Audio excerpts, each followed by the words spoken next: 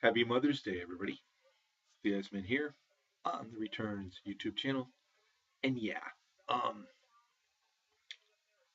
been watching, Impact Wrestling, and it's come to my attention, and I can see it on my own that it seems like Impact Wrestling lately has showcased many GFW Global Force Wrestling talent. As we've seen on this past Thursday, we saw the Global Force Wrestling Championship match between Alberto El Patron against the then current champion Magnus. We've seen a lot of the women's champion, former women's champion Christina Von Eerie, who lost her title to Sienna. And it just seems to me that a lot of Impact Wrestling lately is to bring in a lot of the Global Force Wrestling talent to introduce them to Impact Wrestling, which I don't have a problem with. But some of the issues I do have is where's Bobby Lashley? Um, where's Rosemary, the Impact Wrestling Knockout Champion? Uh, where's a lot of the other stars of Impact Wrestling that we've really not seen much lately? We have seen a lot of Ethan Carter III, who has really solidified his feud with Cowboy James Storm, especially this past Thursday with the handcuffing and the whipping of James Storm, which brutally opened up his back, which obviously is going to lead to a showdown at Slammiversary, which I thought was a very good way of doing so. We will see the new Global Force Wrestling champion Alberto El Patron go up against Bobby Lashley, the Impact Wrestling champion. And this is going to be interesting to see because um, if they face off, are they going to unify those belts? Or is one going to hold both belts? However, they're going to do it. Um, Unfortunately, in my eyes, I have a gut feeling that Alberto is going to defeat Bobby Lashley. And I think right now Bobby Lashley is the franchise of Impact Wrestling.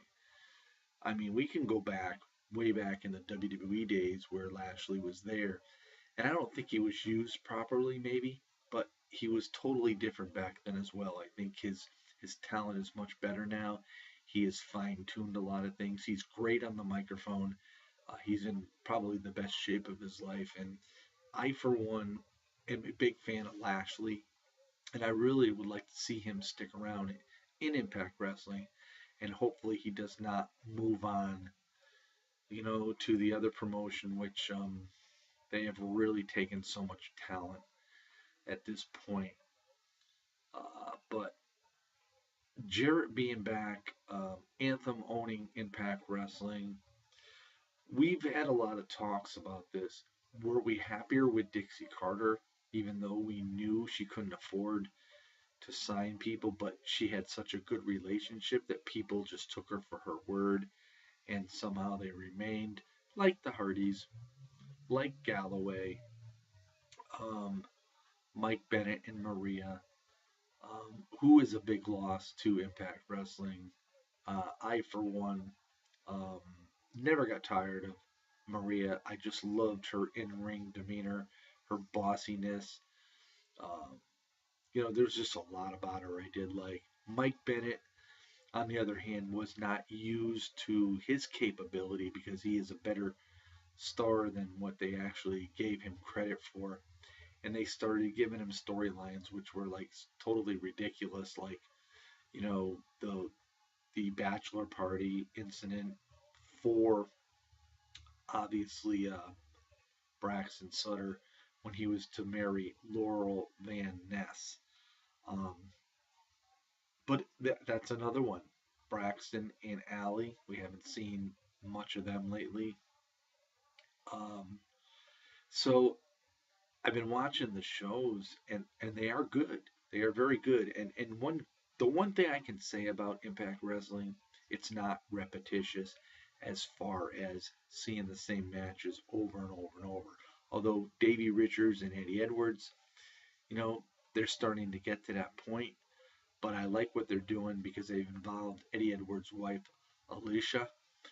Um, so will Eddie and Davey have a showdown at Slammiversary, or could it possibly be a mixed tag team with Angelina Love and Davey Richards on one side, and Alicia and Eddie Edwards on the other? I mean, that very well could happen as well. So I see what they're doing, but I think they could have done more of a mixture of continuing with Impact Wrestling stars on the show and less of Global Force Wrestling and sort of like evened it out. But again, um, I'm happy with what I'm seeing so far. I think the shows are fun to watch. The only thing I do not like is when they do show replays from the week prior, they show way too much footage and it takes up too much airtime.